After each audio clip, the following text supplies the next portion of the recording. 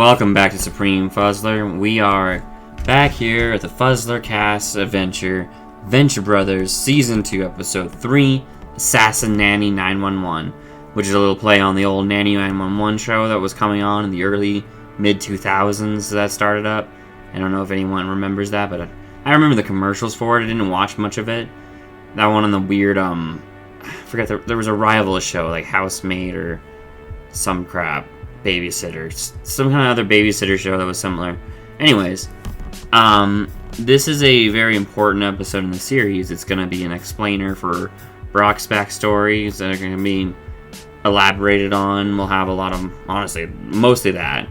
Not much for the other characters, although I will say Hank gets a little bit of some interesting experimentation in this episode that also gives us a knowledge of him. Anyways, let's get into this episode. We start up with Brock being with us, walking into a room, with a guy reading a paper, and it's a classified location. It says OSI headquarters. This guy jumps at Brock and stabs him because Brock is a special agent in training, reporting for duty. The guy he's Colonel Gathers or Hunter Gathers, which I never realized is a play on the whole hunter gatherer thing.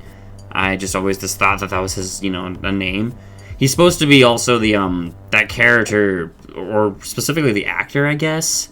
No, not the actor, the character that Johnny Depp portrays in Fear and Loathing. I think his name's Hunter. I don't remember his name in the movie. It's been a while since I've seen Fear and Loathing. But the guy we can't stop here. It's backcountry. He's that guy. So combined with a weird military-esque thing. So this guy is talking to Brock, and Brock is basically here to be assigned to the Office of Secret Intelligence. We've seen the OSI kind of mentioned or shown little bits and pieces. When Brock showed his ID, a license to kill, the OSI's name was there, and I think they were mentioned in the season 1's end. But I don't remember. I don't think so. I know always the card had it was the biggest thing. And so we talk about Brock's origins in this. So Hunter explains Sampson, Brock, you were born in Omaha, Nebraska to a single mother. He is half Swedish, quarter Polish, quarter Winnebago, which calls back to the episode where Orpheus was introduced, and when he was inside the dream machine, he kind of envisions himself slightly as a Native American, kind of probably calling back to his Native American roots. He lost his virginity at 14. He has one brother, although it's interesting that they could always, that's an interesting piece of information that they give you right here. And then he enjoys motocross. But the Brock Sampson you knew then, God, I keep fucking up. Who you knew then is dead now. You're OSI's baby now. Welcome home, Frankenstein. And then he's like, you were able to deal with mind-blowing weirdness at every turn. Are you ready for anything? Yes. You still ready for anything? Yes. Boom! Smashes his knee. Fucking brutal. Lesson number 1, trust no one. Right after the God crapped out the third caveman, a conspiracy was made against the other one. I just verbatim that without writing down anything because it's so fucking good. It's such a great line, and it really shows Hunter's character. And then throws Brock a jetpack, opens up a door to apparently a flying fucking fortress because they're flying in the air, and is like, welcome, come on, let's go join the place that's been protecting this big-ass country since the Second American Revolution. The Invisible One. Welcome to the OSI. He is OSI's baby now. Such a great beginning to the episode. A great talking and showing of the origin of Brock, how he joined the organization that brought him to Rusty as a bodyguard. But also, it's an interesting showing of just Brock's character as a young person. It also is a good setup for this episode. Whoa. Which is essentially a flashbacky, half flashback episode, kind of. And then we go through the intro, which we come back to Brock combing the hair of Hank, talking with Molotov, explaining how she's going to be protecting the boys for him while he's on a mission that they've called him away for. And she's like, what are you doing? And he's like, monthly lice check. And she explains, the most feared man in espionage, a nanny? You're wasted here, Brock. And it is an intriguing thing to discuss how, and this is kind of the big theme of this episode. Brock Sampson, I mean, we already know this, but it is very explicit in this episode. He is a monstrosity of a man in terms of... It's weird to consider him a master of espionage, considering he's a mass murdering, gets into it and just does not care when he fights kind of character. But apparently he's also really good at assumably infiltration and things like that. This episode really puts this in perspective, but he's really the James Bond. And they really put that hard and push that hard here. They have a lot of James Bond homages and other kind of such things in this episode. And it's just really fun to deal with Brock and have his character to be developed. Rusty comes over and is like, he's not really impressed with her. He thinks she's a hussy, basically. And Brock explains, no, she's a mercenary and she owes me a favor. Apparently, she's crazy for American jeans, because that apparently was a thing in the 90s or 2000s. I really don't remember exactly. But Rusty's just not convinced. Then as they kind of talk about it, Brock's putting away some stuff into the X1 or plane. I think it's the plane. Now that I think about it, why is he putting stuff away on the plane? He doesn't go on the plane. Whatever. And then a fucking Nanaconda comes out. Dean even says, Nanaconda! And Brock draws his knife, but no. Freaking Molotov coming out of nowhere, jumps on it, and is like draws her sword. And Rusty points out, like, all right, she's nimble, but can she seal the deal? And Brock's like, wait, and she just slices the fucking Anaconda in half, which then pops out some babies, which they mention, whoa, woman Anaconda. It's such a good scene and fucking so funny. This episode is full of brilliant parts. Then a car shows up for Brock. He goes away in a limo. Again, I think he was getting his equipment from the plane is what it was. Whatever. Rusty does a whole trying to be suave and is like, would you prefer to be in the master's suite instead of in the guest room? And she grabs his jaw or mouth or whatever and is like, you must understand that I am only here as a favor to that man whose feet you are not even fit to kiss. And explains he's going to make them into men. Hank does a whole wink while they're like panning across all the characters, because Hank is going like, baby girl, are you looking good in that outfit? Which, I mean, that's the whole point of Molotov cock tease. That's her character. And it's just hilarious how like Rusty and Dean are so scared looking, while Hank is like, yeah, girl, I like you. So bad, Hank. But it is, like, that's the theme of this episode, too. That's besides the Brock thing and everything. Hank's like of athletic and stronger women. And the difference between him and Dean. Dean's into the gothic, kind of more exotic-esque type, I guess. Or at least more not super athletic, obviously. He doesn't care about that. That does not appeal to Dean. In regards to if you look at Triana. But with Hank, he's like, damn, sexy girls are sexy, and look at her. Anyways. Then it goes to Brock in the limo. He's basically dismissing all the different James Bond-esque gadgets that he was handed by the guy who was briefing him on the mission. And there's a point where he's like, smokes, I can use these. They're not stupid, are they? They each contain a bit of nitroglycerin. That's dumb. And he destroys them. And he's like, this pulls out his knife and is like, this is my field kit. Brock's such a badass. He like stabs the file and grabs it. Luckily he didn't break the picture apparently in it. And his target is Hunter, his old mentor. And he even says the second closest thing to a father that he's ever had. And the guy who's briefing was like, bummer. We need him dead. He took $40 million and a head full of national secrets just a few hours ago. And I never realized when they said this, they kidnapped the enemy's best surgeon. I never got what that meant, but when we meet this surgeon, he's a Russian-esque type of guy. And I've never connected the dots of, like, this is still talking in Cold War terms. And even though the Cold War's been over for 10 years by this point. Whatever. Although interesting in its own way. So even though he's it's just sad to think about Brock has to deal with here.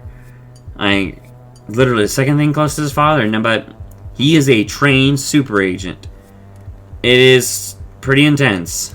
The guy who's briefing him is basically like, the guy in the admiral will brief you from here, and jumps out of the car, and then the driver jumps out of the car busts out into the ocean, and Brock has to bust out of the window, and he swims over to a submarine that happens to be there, because he's goddamn the James Bond.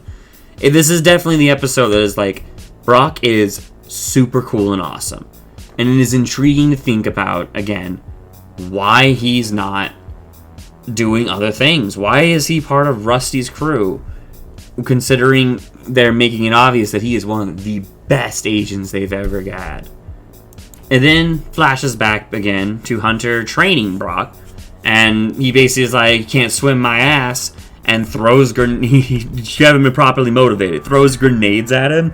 And then some guys with harpoons come out under the water. And then they release some sharks. And he kills all of these things, busts out of the water, and is like, raw! Because he's Brock Sampson. And Hunter's like, by God, man, you're ready for the field. He's such a fun character. Such great points and great characters. And then quickly goes to Molotov, shooting at the boys and Rusty. And be like, Serpentine, Serpentine! If I was the enemy, he'd be dead already. So true, but fucking damn, Molotov. So brutal. Then cuts back to Brock, who is eating something in the submarine. The Admiral's explaining that the Hunter Colonel lost their signal in Micronesia and that you're going to have to get there. Brock's like, we can't get there by sub and fast enough. And the dude's like, you're going to go in this, and points to a missile, basically. And Brock's going to have to badass missile himself all the way to Micronesia to get there fast enough.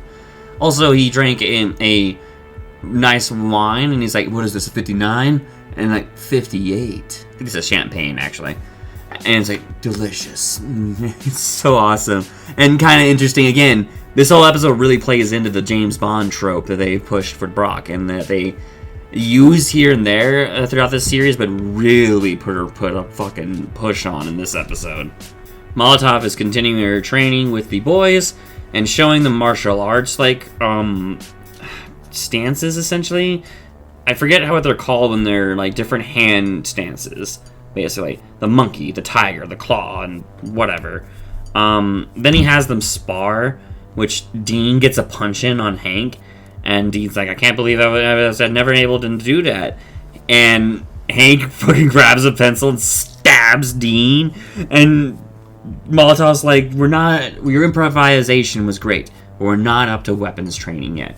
So funny. And they pull out the pencil, and blood pops out, and Dean passes out because of a sudden loss of blood pressure. He's just passed out and he'll be fine. So funny. And then there's an alarm, which then she calls Brock back up and is like, you neglected to tell me that this place was built on an Indian burial ground. And Brock's like, that's the anniversary already. Oh man, I'm sorry. Orpheus, he's in the other wing. He can clear all that up for you, but you gotta keep this channel closed. I'm on a mission. Gosh, it is so fun to think about how Brock is like doing his nanny duty on the off, basically, while he's about to do some crazy shit. Which, on that note, the missile explodes. He flies out of it, has to pull a thing on his jacket to make his jacket a very like big ass balloon, the thing like James Bond does, and then he lands in the water and safely, and then the fucking has a boat, I don't know, motor on it, and motors his way to Micronesia from there, apparently. What the hell, Brock? How cool are you? Gosh. Freaking, and then we goes to Orpheus, who is taking care of the problem. He kind of explains that how that the Aztecs, or the Cherokee, I think is actually what he says, doesn't have leap years, so because of that, he didn't realize that he was a day off, and that's why it happened, basically. And he kind of tries to stay, but Hank pushes him out and basically tells him to leave. And Rusty then tries to, like, coerce Molotov into doing something. He's like, I got some nice wine and I can bust it out. It's apparently going to be a nice occasion. She just walks away and he's like, some other time then. Orpheus is like, no, please, I'll get the glasses. So funny. I love Orpheus. He's such a fun character. I'm going to pitch this real quick because we're in the middle, but do watch this show, guys. This is a great show. AdultSwim.com. Freaking HBO Max, I think, has it. Whatever. This show is amazing. Let's continue with this discussion, though. And hit me up in the comments, too. If you have a different opinion or whatever about Venture, for whatever reason you feel like this is not a good episode, or that they did dirty for Brock, or maybe you have more insight on the James Bond things, and maybe I don't understand it as I am a youngin' or whatever. Or I'm just not a James Bond person. I've seen some stuff, like Casino Royale and Skybreak, and fuck, I think I just said that name wrong. Anyways, let's continue with Venture. Brock boats his way to Micronesia, cuts his way out of that boat jacket thing, suit thing, finds a woman who's super hot, who's chilling on the coast, who is going to tell him who tells them that they're going to have to go in at night. And he's like, however will we pass the time? And she just busts out a 6-pack of beer out of the water, then takes off her bra, and basically they're going to pass the time with each other. God, Brock, so brutal. Then it goes to Hank and Dean. Hank takes the posters of athletes down. He kind of explains that these are different athletes that he's like, some tennis people and some other people, like Danica Patrick and a few others that are on there that I don't really remember, but off the top of my head, but I know she's famous and that's who he was into. Again, iterating that the difference between Hank and Dean, because he even asked Dean if he would like to keep her, and he's like, nah, not my type. Straight up, basically solidifying that there's a difference and woman-like between these two men, I guess. Although it's interesting to think about.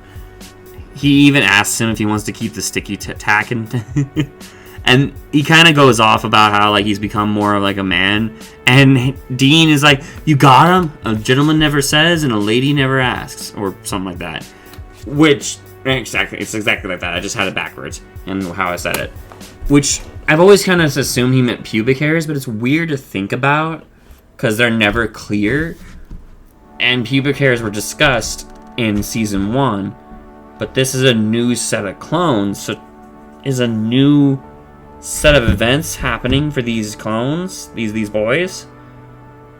It's hard to say. Whoa.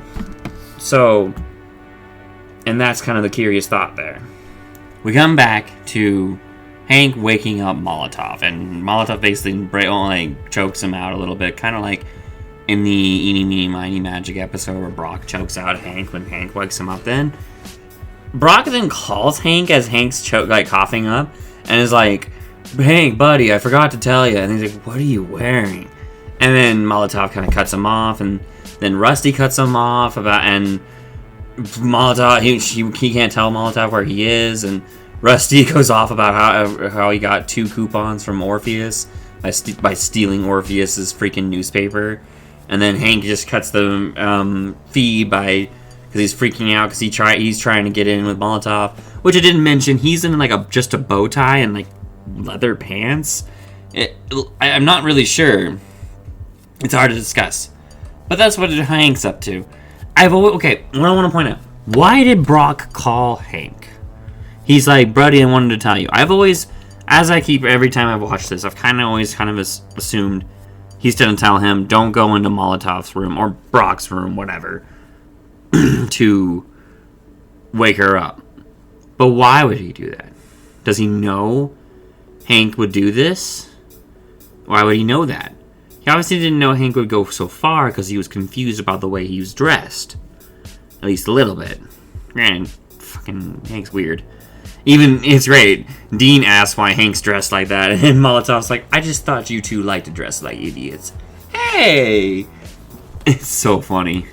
It then kind of cuts over to Brock, who is using a telescope to scope out, assumably where Hunter is, and it goes back into the past again to where Hunter and Brock are together in France.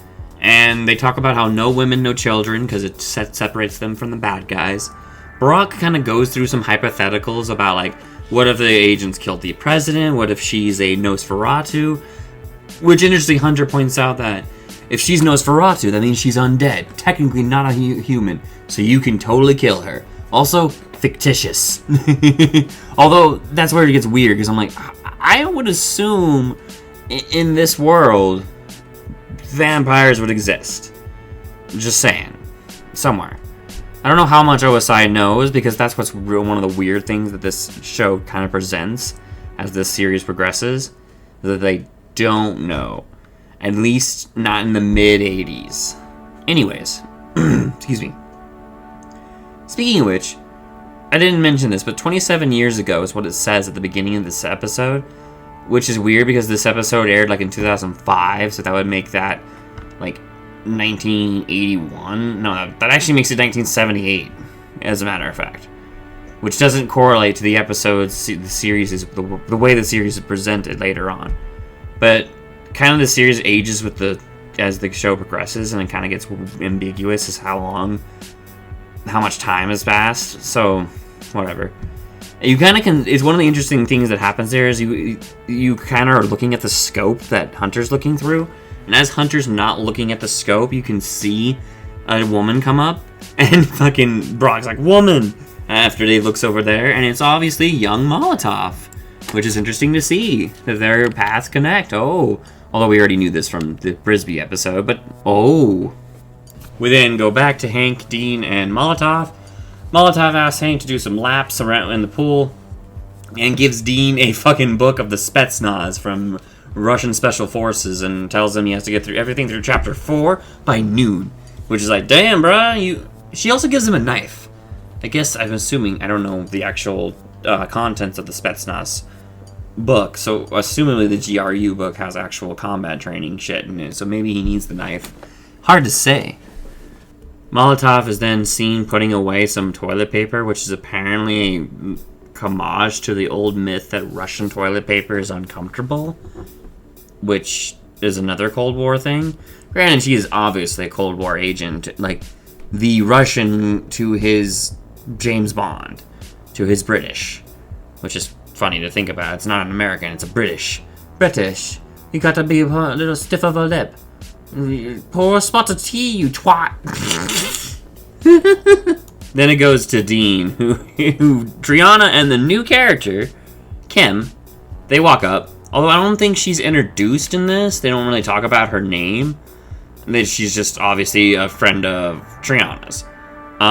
They go like nice bod because fucking Dean has the water packets that happen with your like pockets and when you wear shorts in the water. I don't know if other people have had this happen, but and then you have to push them and they squirt all out and stuff. For some reason, Dean doesn't notice that this is what they're talking about. He talks about how she's killing us.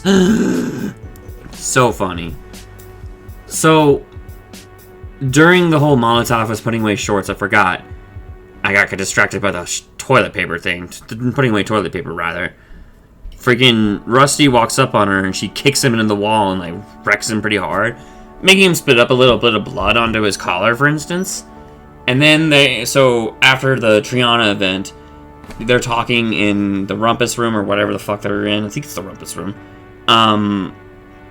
And Rusty's like, all right, if you don't want this 135 pounds of American, come and get it, then all right, we can still be friends, right? And Molotov smiles and is like, all right. Hank kind of sees them and like sees the blood on his collar and thinks it's Molotov's lipstick, and then loses his breath because he freaks out in the water and starts to drown in the water because he lost his breath. Great, smooth move, Hank. And then Rusty, who's like, hey, can you tell me something? Is that Russian bride deal on the up and up? Because that Chinese one I got was dead when I got here. And it's like, holy shit, Rusty, Jesus Christ, what, Jesus. Moments like that, you're like, dude, Rusty, what the fuck, man? What are you into? And then it's no excuse. I will not give it to him. But he is a lonely man, and he has slightly a lot of money, but, just not it's just horrible. Molotov points out she wouldn't know. I'm surprised he doesn't kick his ass right there for that. it goes back to Dean and the crew, Triana and Kim, and Dean's like, Hank's freaking really into it for some reason, and the other girl, Kim, is like, the Scooby-Doo kid? Where is he, by the way? And Dean's like, he should be swimming. Wow, he's down in the water. And then he kind of also sees his reflection and notices his fucking little pouches, and the girls are kind of half giggling at him. It sucks. Especially because they're like one girl he likes and the other girl who's really hot and like in that outfit that's kind of hot. And you're like, damn it, fucking, oh, I look so stupid. And so he dives in to save Hank, or, well, I thought he was to save Hank, but apparently he can't save Hank because he knocks on the window where Molotov and them are and is like, hey, and like points to them, and which cuts to Molotov saving Hank, and, well, not saving him, but just giving him CPR, which apparently fucking Hank like to slip some tongue in there, like, and she goes Niet and has to slap his ass because he's a dumbass, and Hank is like, it was heaven, and fucking Dean's like, you're cursed, and Hank and like, what? The Apaches are back because there's a teepee in your trunks. He's got a boner, but and then it cuts to Molotov like giving herself a mouthwash, and while Hank's running around the pool being, my pants are haunted. I just want to. How do they not know? But boners are a thing, like. And then I think about like season 1's end where they in Trial of the Monarch where Hank says like, Dean's told me how he pounds his meat, but it's like, dude, again, that might be a different clone and that might not have happened to these clones yet. It's just like, holy shit, how the fuck even? But wait, no, I just thought about something. How much of the memories do they have? He has the memories of Triana, so obviously season 1 happened to this Dean. How the fuck did they pull this off? What is and is not a memory? Because, spoiler alert real quick, but there's a point in the series later on, I won't say when, that Hank basically says he doesn't remember an event of season 1. There's a certain event that he just doesn't remember. But right here, at least, Dean obviously has the memories of his first encounters with Triana, you would assume. So, why doesn't Hank have the memories of that event? It's odd. Maybe they select and choose the memories that he needs to have? I'm uncertain on that one. We go back to Brock, who kind of taps the girl that he was with and to tell her to leave. She rolls over and shows no more secrets for H. And he's like, so, you have turned. And it kind of echoes, no women, no children. And as he's leaving, though, the girl wakes up and is like, what time is it? And it's kind of funny that he actually didn't break his oath. And then it goes back to Hank, who goes into Molotov's room and is looking for her. It then goes back to Molotov, who is in Brock's room, and it shows her eye, assumably, and is like, I can't believe you kept it. And then go in, does another flashback back to Paris, and it does a whole thing. Because during the Paris thing, it was like 22 years ago, or 20 years ago. And this flashback is like 19 years ago, 23 days, and for 23 hours and 45 minutes. Literally 15 minutes later, they were starting to sleep together. And Brock's like, I like it with the boots on. And then she kind of stabs him with her shoes. And he's like, you cock tease. And then she like pins him to the bed and then fucking flips away like a badass. And Brock's like, holy crap, incredible. And she sets the friggin' room on fire behind her. Looks super badass doing it. And he's like, freaking incredible. And then she leaves and he's like, no, she took the cigarettes. And then she apparently throws in a cigarette. It's already lit right onto his chest just for him. It's so fun. It then goes back to Hank, who is sniffing her shoes. And then it apparently pulls out one of the stabbing knives that from her shoes, kind of what we just saw in Brock, and stabs him in the neck, making him start trip out, a super crazy trip, which is from a music video. I believe it's from The Doors, and he just starts freaking out. And I also want to point out that I wonder if these shoes have the same poison when she attacked Brock, because Brock apparently is super resistant, or was it because Brock was so easily able to get around this problem that she did this kind of poisoning? Interesting thoughts.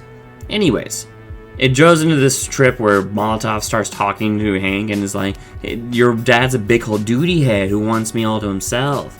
And then as she pulls open her clothes to reveal her tits, her boobs, it turns into two heads of Hank who are like, kill Pop, you should totally kill Pop, you should totally kill Pop. It's the only way. And as he sees a machete on the wall and he grabs a machete off the wall, a music drops. One of my favorite scenes, honestly, is this whole sequence of events that goes down here. You see Brock walking into that facility that we had seen before, towards Hunter. You go Hank, who goes towards Rusty. Molotov sees him in the hallway. As Hank arrives at Rusty, he's like, I'm here to kill you. And Rusty's like, go play pirate somewhere else, boy. Which is interesting to think Rusty would never believe his boys would try to actually kill him. And then he's like, and Molotov's like, no, stop. And fucking Hank is like, I want to, come on, baby. Yeah. And starts wailing. It shows a shadow of him wailing on Rusty. And then freaking Brock had showed up at Hunter, who looks like he's in a surgery, which I kind of forgot to mention. He kidnapped a plastic surgeon, so assumably he's trying to change his identity is what people thought. And the plastic surgeon comes up and is like, no, the Colonel has a message for you. Which, the message is essentially, after 40 years, I'm tired of the lies and the deceit, and I know that you would understand. So, and Brock is right in saying he'd understand that I have my orders. But he reveals that he's been turned into a woman. And Brock freaks out because he's like, this man was like a father to me. He's like, well, think of this woman as a mother to you. And he starts slapping the fucking doctor because it's kind of brutal and a really interesting kind of take on this of how someone who viewed a man as his father figure would see a person who got a sex change in this regard, even if it was just to like avoid the law, and assumably to avoid Brock, because Brock, as he's about to stab him, is like, no women, no children, and he stabs next to him and it's like, see you around, old friend, because he just can't inhale women or children. And he goes back and checks underneath the curtains or the sheets, as they say, to make sure, and he's like, oh, I just had to make sure. And as it goes to the outro. Then the last scene after the credits is Brock giving the jeans to Molotov. Molotov explaining, like, you don't miss the danger, the excitement. And he's like, the weirdness, the ambiguity. And she's like, come on, last chance, Sampson. Join me. And Brock straight up is like, I'm sorry, Mol. Go, Team Venture. Brock, who has the opportunity to go and do a James Bond crazy badass life, is truly dedicated to his job. I don't know about his job. It's hard to say at this point. Is he dedicated to the family, the job, his boys, the love? As the series progresses, it's pretty obvious he loves his boys and how this series has progressed, but it's truly an interesting way to be. Molotov, of course, leaves.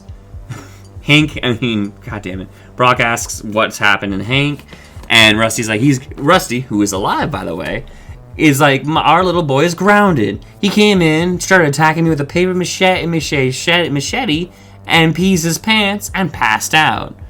Oh, so nothing new? What's there to miss, man? And Hank's seen, like, waving out into the window to Molotov, who's leaving. It's kind of epic. That is the end of this episode also. So, truly, this episode is really awesome. It's also, of course, super important. It gives us all the backstory of Brock and gives us a thorough explanation of why he is Brock Sampson, master of killing, master of bloody murder. It's also an intriguing foreshadowing to the reasoning that Brock has for being here. Why? We now know, essentially, you can probably guess why Brock's here, why he wants to be here. But then you gotta think about, okay, why the hell the OSI let him be here? If he's their best agent, if he is legitimately their best agent, why is he on Rusty, who apparently is not that great? At least in terms of, like, normal super science world. This is normal super science gets. Excuse me. But thank you guys for listening for this. Please like and comment, subscribe if you're on the YouTube, and keep checking me out if you're downloading this podcast and listening to everything. I really do enjoy this series, of course, obviously by doing this. I will see you guys in the next episode, which is Escape from the House of Mummies Part 2. Holy crap. I just remembered. Oh my god, that's amazing. That episode is something else. Something else, guys. Anyways, this episode, if anyone wants to talk to me more about it, comment and we'll discuss it more. Or if you want to hit me up and we can discuss our theories and or the way we look at adventure.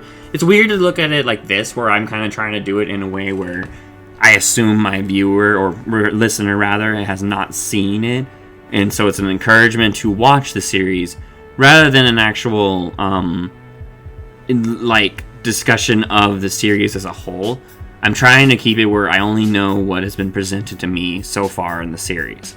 Obviously, I know everything about the series because I've watched it lots of times, but it's interesting to think about, like, well, what would I think if this is all I knew? I think Brock's a badass motherfucker is what I would. Molotov's a weird character. She has some ups and downs as the series goes on. I'm not exactly 100% fond of her, but she's not the worst either, I guess. I love Brock, though. He's so fun. And Hunter's such a great character. So well written. So interesting. And Rusty has some good lines in here. And Hank, of course, is a great character always. Even Dean has some fun stuff with the Triana stuff a little bit. Anyways, you guys have a good day. This is Supreme Fuzzler. Check me out in the next Fuzzler cast. We're going to be hitting up that episode 4. Escape from the House of Mummies. Part 2. Goodbye.